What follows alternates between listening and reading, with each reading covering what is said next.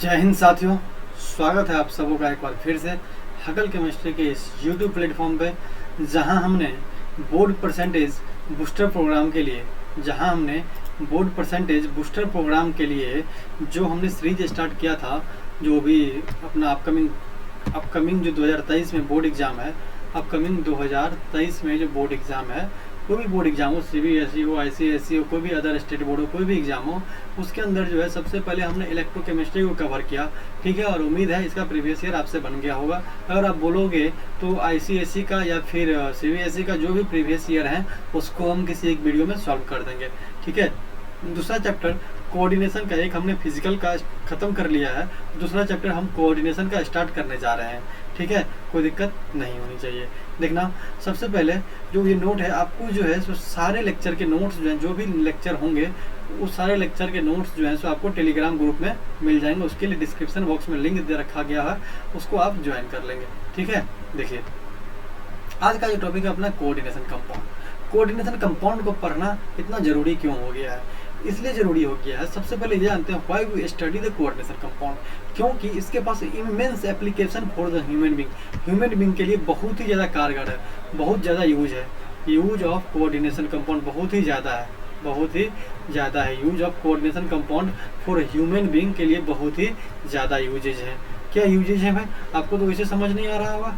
ठीक है ना, देखना सबसे पहले देखते हैं इंडस्ट्री में in dye and pigment colour. In dye and pigment industry, आपके कपड़े का जो कलर होता है किसके वजह से होता है? कोऑर्डिनेशन कंपाउंड की वजह से होता है। पॉलीमर इंडस्ट्री में क्या होता है? आपने पढ़ा होगा जिगलर नाटा कैटलिस्ट। आपने क्या पढ़ा होगा? जिगलर नाटा कैटलिस्ट, जिसको हम पॉलीमराइजेशन में यूज करते हैं। उसके बाद मेटलर्जिकल इंडस्ट्री में पढ़ते हैं, जिसमें काम आता है मेटल को एक्सट्रैक्ट करने के अंदर। ठीक है, मेटल को एक्सट्रैक्ट करने में काम आता है कोऑर्डिनेशन कंपाउंड का। दूसरा है have analytical application. Analytical application क्या है? जैसे हम देखा होगा वाटर जो है सो दो प्रकार के होते हैं। एक सॉफ्ट वाटर होते हैं और एक हार्ड वाटर होते हैं, हम सबको पता है। तो उसी में सॉफ्टनिंग ऑफ वाटर को जो सॉफ्ट किया जाता है सो EDTA को मिला करके किया जाता है। और EDTA क्या है? एक कोऑर्डिनेशन कंपाउंड है। उसके बाद इसका मेडिसिनल केमिस्ट्री है, या मेडिसिनल केमिस्ट्री तो बहुत ही एडवांस है। ठीक है, इसमें सबसे मेजर देखो, जो हम सब जानते हैं, जो कॉमन सी बात है हम सब जानते हैं, सिस्प्लेटिन कॉम्प्लेक्स को यूज किया जाता है ट्रीटमेंट ऑफ कैंसर में, हम सब जानते हैं। तो उसके बाद देखो बायो इनऑर्गेनिक केमिस्ट्री में हेमोग्लोबिन को जानते हो, जो ब्लड को ऑक्सीजन को कैरी करता है, और मायोग्लोबिन क्या करता है? ऑक्सीजन को स्टोरेज करता है, और हेमोग्लोबिन क्या करता है? पूरे शरीर में ऑक्सीजन को जो है सो कैरी करता है। ठीक है, तो ये क्या है? हेमोग्लोबिन क्या है? कोऑर्डिनेशन कंपाउंड है। क्या है ये? कोऑर्डिनेशन कंपाउंड है। याद रहेगी बात आपको? ठीक है, चलिए अपना लेक्चर स्टार्ट करते हैं। सबसे पहले जो अपना टॉपिक का नाम है कोऑर्डिनेशन कंपाउंड। ठीक है, एक होता है कोऑर्डिनेशन कंपाउंड और एक होता है डबल सॉल्ट। ठीक है, इस चीज के बीच में आपको जो है सो एक मेजर सा डिफरेंस होता है। क्या होता है? एक मेजर सा डिफरेंस होता है। ठीक, मेजर सा डिफरेंस होता है, लार्ज डिफरेंस होता है between this, large difference between this. क्या डिफरेंस होता है? आइए सबसे पहले उसी में क्लियर हो जाएगा, जो कोऑर्डिनेशन कंपाउंड किसको बोलते हैं और डबल सॉल्ट किसको बोलते हैं। जैसे देखिए, मैं यहाँ भी बताता हूँ आपको। जैसे मान लेते हैं कोऑर्डिनेशन कंपाउंड है अपने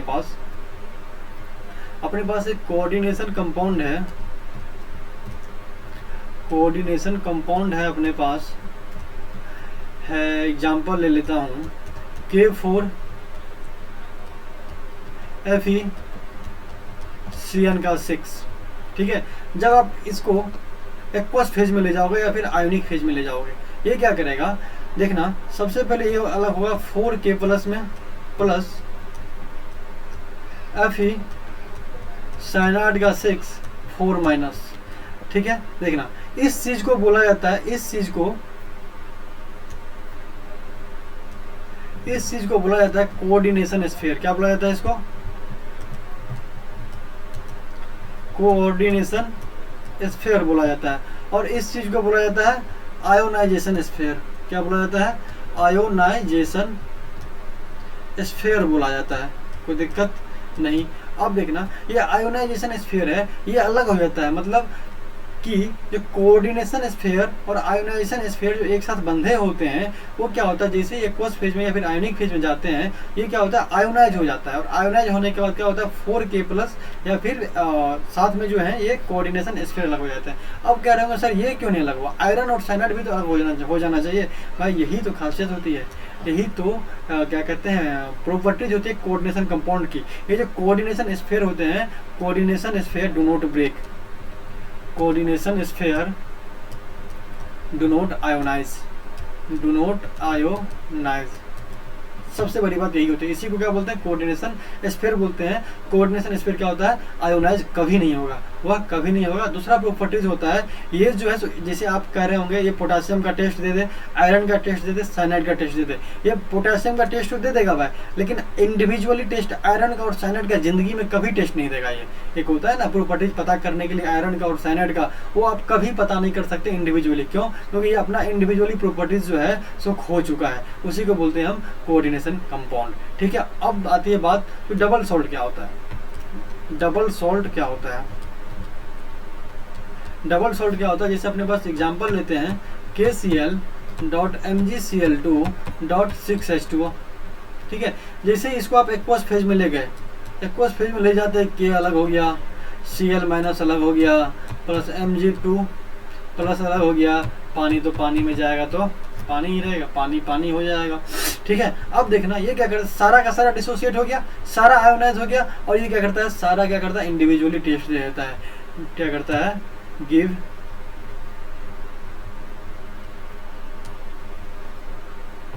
give individually test, give individually test. ठीक है, सारा जो है सारा आयन जो है अपना अपना टेस्ट दे देता है। ठीक है, तो इसी को क्या बोलते हैं हम, डबल सॉल्ट बोलते हैं। और जो है अपना टेस्ट नहीं दे पाता है क्योंकि वो अपना टेस्ट इंडिविजुअली प्रॉपर्टीज जो है खो चुका होता है, उसी को क्या बोलते हैं हम, कोऑर्डिनेशन कंपाउंड बोलते हैं। ठीक है, अब आते हैं आगे, देखिए मेजर डिफरेंस समझिए, difference between double salt and coordination compound. आपके बोर्ड एग्जाम में पूछा जा सकता है दोनों के बीच में डिफरेंस क्या है। ठीक है, तो इसके बीच में डिफरेंस क्या, डबल सॉल्ट क्या होता है, exist only in solid state, in solution phase and in liquid phase dissociated.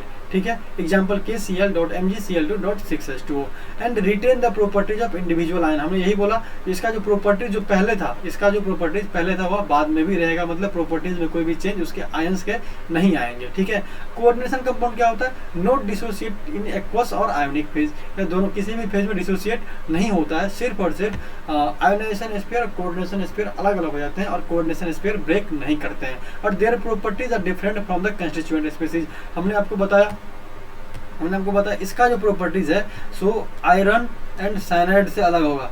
ये दोनों का जो प्रॉपर्टीज है सो इसका और इसके प्रॉपर्टीज में मेजर डिफरेंस होगा, दोनों का प्रॉपर्टीज मैच नहीं करेगा। ठीक है, इसी को क्या बोलते हैं, कोऑर्डिनेशन कंपाउंड बोलते हैं। ये डिफरेंस था, ये आपके एग्जाम और बोर्ड के पॉइंट ऑफ व्यू से इंपॉर्टेंट है, याद रखिएगा इस चीज को। ठीक है, देखिए समझ लीजिए, डेफिनेशन वही जो हमने लिखा वही लिखा हुआ है, कोऑर्डिनेशन कंपाउंड वही डेफिनेशन लिखा हुआ है। Coordination compound are those addition molecular compound which retain their identity in solid as well as in dissolved state. In these compound, the central metal atom or ion is linked by ions or the molecules with the coordinate bond. Potassium ferrocyanide का example ले रखा है, अभी समझाते। देखिए यही था K4FeCN6 का एग्जांपल हमने ले रखा था, एक्वस फेज लिया था, इसमें पोटासियम और साइनाइड क्या हो गया, अलग अलग हो गया था। ठीक है, चेंज कैसे हो गया भाई ये कलर यहाँ पे, देखिए। ठीक है, अब इसको बोलते हैं काउंटर आयन या फिर आयोनाइजेशन स्फीयर बोलेंगे, और इसको क्या बोलेंगे, कोऑर्डिनेशन स्फीयर बोलेंगे। ठीक है, ये जो 6 दिख रहा है, ये जो 6 दिख रहा है ये क्या है, कोऑर्डिनेशन नंबर है। क्या है ये, कोऑर्डिनेशन नंबर। कहने का मतलब होता है कोऑर्डिनेशन नंबर क्या होता है, सेंट्रल मेटल एटम कितने नंबर ऑफ लिगेंड से जुड़े हुए हैं, कितने नंबर ऑफ लिगेंड से जुड़े हुए हैं। साइनाइड क्या होता है, लिगेंड होता है। लिगेंड क्या होता है अभी हम आगे देखेंगे, वैसे बताते हैं लिगेंड क्या होता है, जो अपना इलेक्ट्रॉन पेयर या फिर लोन पेयर या फिर अपना इलेक्ट्रॉन डेंसिटी जो सेंट्रल मेटल एटम होते हैं उसे डोनेट करे, उसको क्या बोलते हैं हम, लिगेंड बोलते हैं। ठीक है, देखिए डबल सॉल्ट का भी डेफिनेशन यहाँ लिखा हुआ, हम आपको पहले समझा चुके हैं, आप इसको एक बार रीड कर लीजिएगा। अब देखिए केटायनिक कॉम्प्लेक्स एंटिटी और एनायनिक कॉम्प्लेक्स एंटिटी, जैसे देखिए अगर कम्प्लेक्स के ऊपर, अगर कम्प्लेक्स के ऊपर होल चार्ज नेगेटिव में हो जाए तो एनायनिक कम्प्लेक्स हो जाएगा। जैसे देखिए यही क्या था, इसी का ना एग्जाम्पल लिए थे अभी जी, हमने अभी इसी का ना एग्जाम्पल लिया था K4Fe साइनाइड का 6, जब ये ब्रेक करते हैं तो क्या बन जाता है 4K प्लस Fe साइनाइड का 6 4 माइनस। तो ये जो जिसके साथ मेटल एटम आ जाए, जिसके साथ मेटल एटम आ जाए, अरे मेटल एटम किसके साथ आ गया, एनायन के साथ आ गया, क्योंकि होल के ऊपर कितना चार्ज एनायन, इसको बोल देंगे एनायनिक स्पीशीज। क्या बोल देंगे इसको, एनायनिक स्पीशीज। और अगर इसके साथ क्या गया प्लस चार्ज आ गया तो इसको क्या बोल देंगे, कैटायनिक स्पीशीज। सेंट्रल एटम क्या होता है, द एटम और ion which a fixed number of ions और ग्रुप आर बॉन्डेड, मतलब वह एटम जिसके साथ फिक्स्ड नंबर ऑफ लिगेंड या फिर कोई भी ग्रुप बॉन्डेड हो उसको क्या बोल देते हैं हम, सेंट्रल मेटल एटम बोल देते हैं। याद रखिएगा सेंट्रल मेटल एटम जो है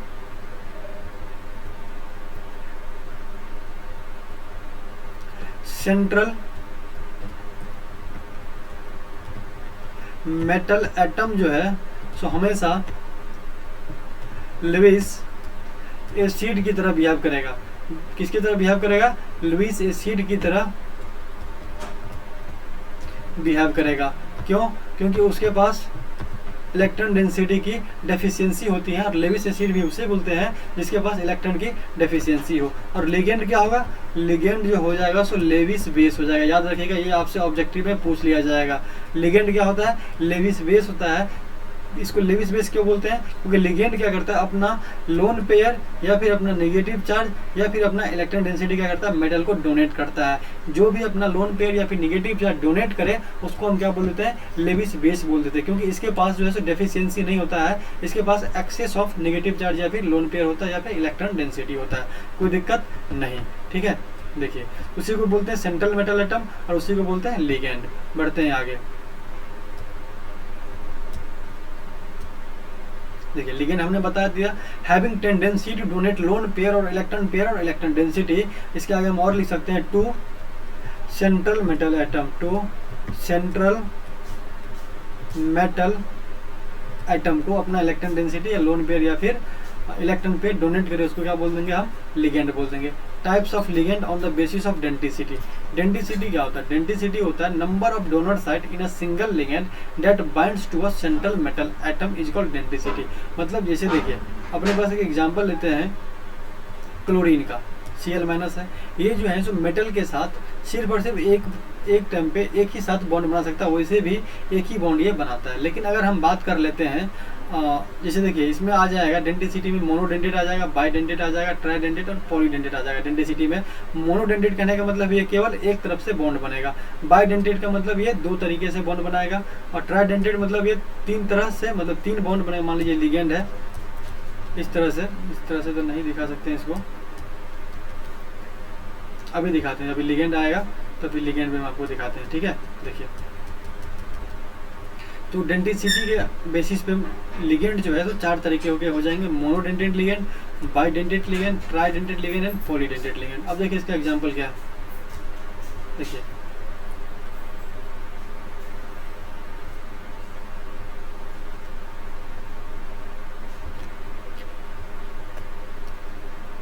देखिए मोनोडेंटेट बोले या यूनिडेंटेट लिगेंड बोले, it is a ligand which has one donor site. क्या होगा उसके पास, क्या होगा यूनिडेंटेट या मोनोडेंटेट लिगेंड उसको बोलेंगे जिसके पास एक क्या हो, डोनर साइट एक ही हो। क्या हो, डोनर साइट एक ही हो। जैसे देखिए अपने पास H2O है, इसके पास लोन पेयर है, अब दो लोन पेयर होता है लेकिन देता एक ही है, जैसे NH3 है, जैसे NH3 है, इसके पास एक लोन पेयर है, ये भी एक ही देता है। इसके पास डोनर साइड कितना हो गया 1, इसके पास भी डोनर साइड कितना हो गया 1। तो यूनिडेंटेट या मोनोडेंटेट लिगेंड किसे बोलेंगे, उसे बोलेंगे जिसके पास क्या हो, 1 डोनर साइड हो। ठीक है, डाइडेंटेट या बाइडेंटेट किसको बोलेंगे, जिसके पास दो क्या हो, डोनर साइड हो। मान लीजिए यहाँ मेटल लगा हुआ है तो यहाँ माइनस चार्ज है, यहाँ से भी दे सकता है और यहाँ से भी दे सकता है। समझ में आ गया। जैसे देखिए यहाँ नाइट्रोजन के ऊपर लोन पेयर होगा, यहाँ भी नाइट्रोजन के ऊपर लोन पेयर होगा, तो मान लीजिए यहाँ मेटल है तो ये यहाँ से भी दे सकता है,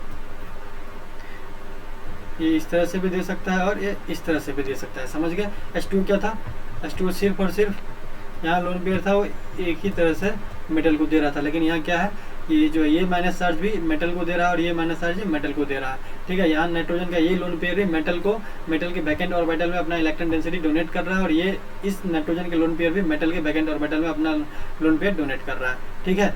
पॉलीडेंटेट क्या हो जाएगा, जिसमें 2 से ज़्यादा डोनर साइट हो, जैसे देखिए टाइप्स ऑफ लिगेंड का एग्जांपल देख लेते हैं। जैसे देखिए सिंबल इथाइलिन डायमाइन, इसका सिंबल क्या होता है, EN। आपका मोस्ट कॉमनली यूज यही होगा, इथाइलिन डायमाइन। इसका स्ट्रक्चर क्या होता है, देखिए इसका स्ट्रक्चर हो जाता है CH2 NH2 एंड NH2। इसको क्या बोल देंगे, EN बोल देते हैं, इथाइलिन डायमाइन बोल देंगे, ठीक है। एक होता है ऑक्सीलेटो के ऊपर कितना चार्ज होता है, -2 चार्ज होता है। ये क्या होता है, न्यूट्रल होता है, याद रखिएगा ये न्यूट्रल होता है ऑक्सीलेटो। अभी बताया था, यहाँ मान लीजिए मेटल हो, 2 तरीके से डोनेट किया, ये भी मेटल हो, ठीक है। एक होता है डाईमिथाइल ग्लाइऑक्सीमेटो, क्या होता है, डाईमिथाइल ग्लाइऑक्सीमेटो, यहाँ भी मेटल हो तो ये भी 2 तरीके से दे सकता है। तो ये सारा एग्जांपल किसका है, बाइडेंटेट का एग्जांपल। ये किसका एग्जांपल है, याद रख लीजिएगा। अगर आपसे बोर्ड एग्जाम में पूछ लेगा तो राइट 3-4 एग्जांपल ऑफ बाइडेंटेट, आप सेम चिपका करके यहाँ आ जाएंगे, ठीक है। इथाइलिन डायमाइन आ जाएंगे, ऑक्सीलेटो आ जाएंगे, डाईमिथाइल ग्लाइऑक्सीमेटो आ जाएंगे, ठीक है। देखिए पॉलीडेंटेट लिगेंड क्या होता है,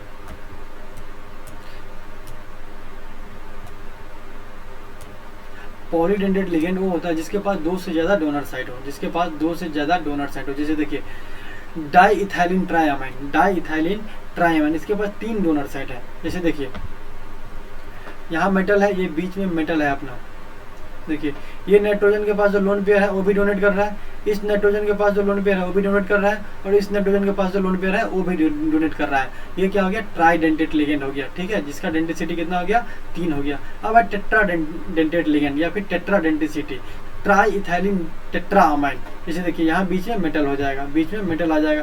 देखो ये नाइट्रोजन जो है ये भी लोन पेयर अपना डोनेट कर रहा है, ये नाइट्रोजन भी अपना लोन पेयर डोनेट कर रहा है, ये नाइट्रोजन भी अपना लोन पेयर डोनेट कर रहा है, और ये नाइट्रोजन भी लोन पेयर अपना डोनेट कर रहा है। एक होता है हेक्साडेंटेट लिगेंड, इथाइलिन डायमाइन टेट्राएसीटेट, ठीक है। इसमें क्या होता है, यहाँ 6 तरीके से 6 बॉन्ड बन जाता है लिगेंड के और मेटल के बीच में। देखो पहला बॉन्ड, दूसरा बॉन्ड, पहला, दूसरा, तीसरा, चौथा, पांचवा, छठा, ये क्या होता है, हेक्साडेंटेट होता है, ठीक है। आपसे अगर एग्जांपल पूछेगा तो मोनोडेंटेट का पूछ लेगा और बाइडेंटेट का पूछ लेगा, ट्राइडेंटेट तक वो नहीं जाएगा, टेट्रा और हेक्सा का तो बातें छोड़ दीजिए, ठीक है। समझ के ये होता है density of the ligand. Density क्या होता है, जो कितने तरीके से वो बाइंड मेटल के साथ कर सकता है, ठीक है, बाइंडिंग साइट होता है। एक्चुअली अगर बोल रहे हैं डेंसिटी को डायरेक्टली बोले क्या होता है, नंबर ऑफ बाइंडिंग साइट, क्या होता है, नंबर ऑफ बाइंडिंग साइट होता है, ठीक है। बढ़ते हैं आगे, देखिए ये सभी समझ गए। अब आता है एम्बीडेंटेट लिगेंड। एम्बीडेंटेट लिगेंड ये भी इंपॉर्टेंट है, इसका यूज क्या है, note, ambidentate ligand always show linkage isomerism. जब अपन आइसोमेरिज्म पढ़ेंगे तो वहाँ आपको बताया जाएगा एम्बीडेंटेट लिगेंड जो है सो लिंकेज आइसोमेरिज्म शो करते हैं। एम्बीडेंटेट लिगेंड क्या होते हैं, ligand which have more than 1 donor site but these binding site can not operate simultaneously. मतलब उसके पास डोनर साइट कितने हो, डेंसिटी तो 1 से ज़्यादा हो, जैसे हमने पढ़ा था ना मोनोडेंटेट, बाइडेंटेट, ट्राइडेंटेट, तो उसके पास डेंसिटी क्या हो, 1 से ज़्यादा हो, लेकिन एक टाइम पे वो केवल और केवल एक ही बॉन्ड बना सकता है, एक से ज़्यादा बॉन्ड नहीं बना सकता है। इस टाइप के लिगेंड को हम बोलते हैं एम्बीडेंटेट लिगेंड, और इसका एप्लीकेशन कहा आता है लिंकेज आइसोमेरिज्म में। इसका एग्जाम्पल बहुत सारा हो जाता है, साइनाइड हो जाता है, HCN- हो जाता है, NO2- हो जाता है, ठीक है। तो ये सब एम्बीडेंटेट लिगेंड का एग्जाम्पल हो जाता है। देखिए शायद एग्जाम्पल भी दे रखा होगा, देखो NO2- हो गया, साइनाइड हो गया, NCS- हो गया, ठीक है। अगर नाइट्रोजन से जुड़ता है, देखो मैंने क्या बोला, लिंकेज आइसोमेरिज्म। अगर मान लीजिए मेटल है और इसके साथ नाइट्रोजन से बॉन्ड बना हुआ है तो इसको बोल देते हैं नाइट्राइटो-N। अगर नाइट्रोजन से जुड़ा हुआ है नाइट्रो बोल दिया है इसको, ठीक है, कोई दिक्कत नहीं है। अगर O से जुड़ा हुआ है तो नाइट्राइटो O बोल दिया, आप इसको नाइट्राइटो-N भी बोल सकते हैं। और इसको अगर मेटल के साथ ऑक्सीजन के साथ बॉन्ड बना है तो इसको क्या बोल देंगे, नाइट्राइटो-N बोल देंगे, और इसको क्या बोल देंगे, नाइट्राइटो-O बोल देंगे, कोई दिक्कत नहीं। अगर मेटल के साथ कार्बन के साथ बॉन्ड बना है, मेटल साइनाइड के कार्बन के साथ बॉन्ड बना है मेटल का, तो बोल देंगे इसको साइनो, क्या बोल देंगे, साइनो। अगर मेटल का और साइनाइड के N से बॉन्ड बना हो इसको बोल देंगे आइसोसाइनाइडो या फिर आइसोसाइनाइडो। अगर मेटल का जैसे ही N से बॉन्ड बना तो क्योंकि सल्फर है तो थायो आ जाएगा, क्या हो जाएगा थायोसाइनाइडो। अगर उसके बाद क्या आ जाएगा, देखो मेटल के साथ अगर S का बॉन्ड बना तो थायोसाइनाइडो, अगर मेटल के साथ जैसे ही N का बॉन्ड बनता है तो आइसो आ जाता है, जैसे ही मेटल का N के साथ बॉन्ड बनता है आ जाता है आइसो आ जाता है। तो ये था क्या थायोसाइनाइडो, ये क्या हो जाएगा आइसोथायोनाइडो, आइसोथायोसाइनाइडो, ठीक है। जैसे देखिए the symbol of the element coordinated with the metal ion is written after the name of the ligand. जैसे देखिए SCN है, इसका एग्जांपल PT के साथ SCN जुड़ा हुआ, इसका नाम क्या हो जाएगा, जैसे देखो कितने 6 हैं, देखो SCN को क्या बोल देंगे, SCN को थायोसाइनाइडो, 6 है तो क्या बोल देंगे हेक्सा थायोसाइनाइडो S, क्योंकि प्लेटिनम और SCN में सल्फर के साथ बॉन्ड बना हुआ है, प्लेटिनम के साथ SCN का बॉन्ड बना हुआ है, इसको क्या बोल देंगे हेक्सा थायोसाइनाइडो S प्लेटिनेट 4। नेमिंग देखेंगे, नेमिंग नेक्स्ट टॉपिक में आएगा, नेमिंग कैसे करते हैं। अभी बस लिंकेज समझ लीजिए, अगर यहाँ मेटल और सल्फर के साथ बॉन्ड बना है तो क्या हो जाएगा थायोसाइनाइडो, अगर यहीं पे क्या मेटल और नाइट्रोजन के साथ बॉन्ड बना हुआ तो क्या हो जाएगा हेक्सा, देखो यहाँ गलत लिखा हुआ है hexa thiocyanido N, hexa thiocyanido N, thiocyanido N लिख दिया तो करेक्ट कर दिया। अगर आप इसको इसे भी लिख सकते हैं हेक्सा आइसोथायोसाइनाइडो, आइसोथायोसाइनाइडो भी लिख सकते हैं प्लेटिनेट 4, कोई दिक्कत वाली बात नहीं है, समझ गए। बाकी नेमिंग आएगा IUPAC नेमिंग आएगा तो उसमें हम इजीली से देखेंगे। अभी समझ लीजिए अगर मेटल के साथ सल्फर का बॉन्ड बनता है तो थायो आ जाता है, अगर मेटल के साथ नाइट्रोजन का बॉन्ड आ जाता है तो आइसोथायो आ जाता है, ठीक है। इसी को यही क्या होता है, ये सारा जो है सो ये सारा क्या है एग्जांपल ऑफ एम्बीडेंटेड लिगेंड है। क्या अगर आपसे पूछ लेगा एग्जाम में जो एग्जांपल ऑफ एम्बीडेंटेड दीजिए तो आप ये सब वहाँ लिख के आ जाएंगे, ठीक है, कोई दिक्कत वाली बात इसमें नहीं होनी चाहिए, ठीक है। तो एम्बीडेंटेड लिगेंड समझ गए। एम्बीडेंटेड लिगेंड क्या होता है, उसके पास मोर देन 1 डोनर साइट होता है, लेकिन एट वन टाइम जो है सो एक ही डोनर साइट वह यूज करता है। और इसका एप्लीकेशन पार्ट क्या है, इसको जो है सो हम लिंकेज आइसोमेरिज्म में यूज करते हैं, ठीक है। देखिए हाँ, अब जो है सो कुछ हम आपको लिगेंड दे रहे हैं होमवर्क में जो आपको याद करके आने हैं, जो आपको याद करके आने हैं नेक्स्ट लेक्चर में। जैसे देखिए name of the ligand with their charge, जैसे क्लोरीन है उसके ऊपर कितना चार्ज है -1, ब्रोमीन के -1, आयोडीन के ऊपर -1, ये सारा लिगेंड है। यही सारा लिगेंड आपको यूज होगा जब भी हम नोमेनक्लेचर करेंगे IUPAC नोमेनक्लेचर कोऑर्डिनेशन कंपाउंड के, तब आपको ये चार्ज याद होनी चाहिए ऑक्सीडेशन स्टेट निकालने के लिए। क्या निकालने के लिए, ऑक्सीडेशन स्टेट निकालने के लिए, ठीक है। यहाँ से लेकर के याद सारा लिगेंड क्या है, न्यूट्रल लिगेंड है, क्या है सारा लिगेंड यहाँ से लेकर के यहाँ तक क्या है न्यूट्रल लिगेंड है, इसीलिए चार्ज 0 है, ठीक है। ये सब आप याद करके आएंगे, ठीक है। IUPAC नेम क्या होता है, नॉर्मल नेम ये होता है, IUPAC नेम में क्लोराइडो, ब्रोमाइडो, फ्लोराइडो, ये सब देखेंगे अपन किस तरह से ये होता है। बाकी ये आप आयन के ऊपर कितने चार्ज होते हैं ये चीज़ आपको याद करके आने हैं नेक्स्ट लेक्चर में, ठीक है। ठीक है, खत्म करते हैं इस लेक्चर को यहीं पे और मिलते हैं नेक्स्ट लेक्चर के साथ। इसको आप रिवाइज करके आइएगा, बहुत सारी चीज़ इसमें सीखने को मिले होंगे आपको। सेंट्रल मेटल एटम, लिगेंड क्या होता है, कोऑर्डिनेशन कंपाउंड क्या होता है, डबल सॉल्ट क्या होता है, ठीक है। ये डबल सॉल्ट कोऑर्डिनेशन कंपाउंड के बीच में आपसे डिफरेंस पूछ लिया जाएगा। एम्बीडेंटेड लिगेंड का आपसे एग्जाम्पल पूछ लिया जाएगा। उसके बाद मोनोडेंटेड, बाइडेंटेड का आपसे एग्जाम्पल पूछ लिया जाएगा। और आपसे इस तरीके से पूछ सकता है, जो कुछ ऑप्शन दे देगा, बोल देगा कि बताइए इसमें से कौन से जो है मोनोडेंटेड का एग्जाम्पल है और कौन बाइडेंटेड के एग्जाम्पल है, ठीक है। और नेक्स्ट लेक्चर में हम स्टार्ट करेंगे IUPAC नोमेनक्लेचर। तो उसके लिए आपको क्या करना पड़ेगा, ये जो आयन है, ये आयन के ऊपर कितने चार्ज हैं वो चार्ज आपको याद करके आने होंगे, तब जाकर के हम इजीली ऑक्सीडेशन स्टेट निकाल पाएंगे। और ऑक्सीडेशन स्टेट निकालने के बाद हम उस कोऑर्डिनेशन कंपाउंड का नोमेनक्लेचर कर पाएंगे, ठीक है। तो मिलते हैं नेक्स्ट वीडियो में। अगर वीडियो आपको अच्छा लगा हो तो लाइक, हर वीडियो में बोलना पड़ता है आपको, लाइक शेयर एंड सब्सक्राइब जरूर कर दें, ठीक है। धन्यवाद।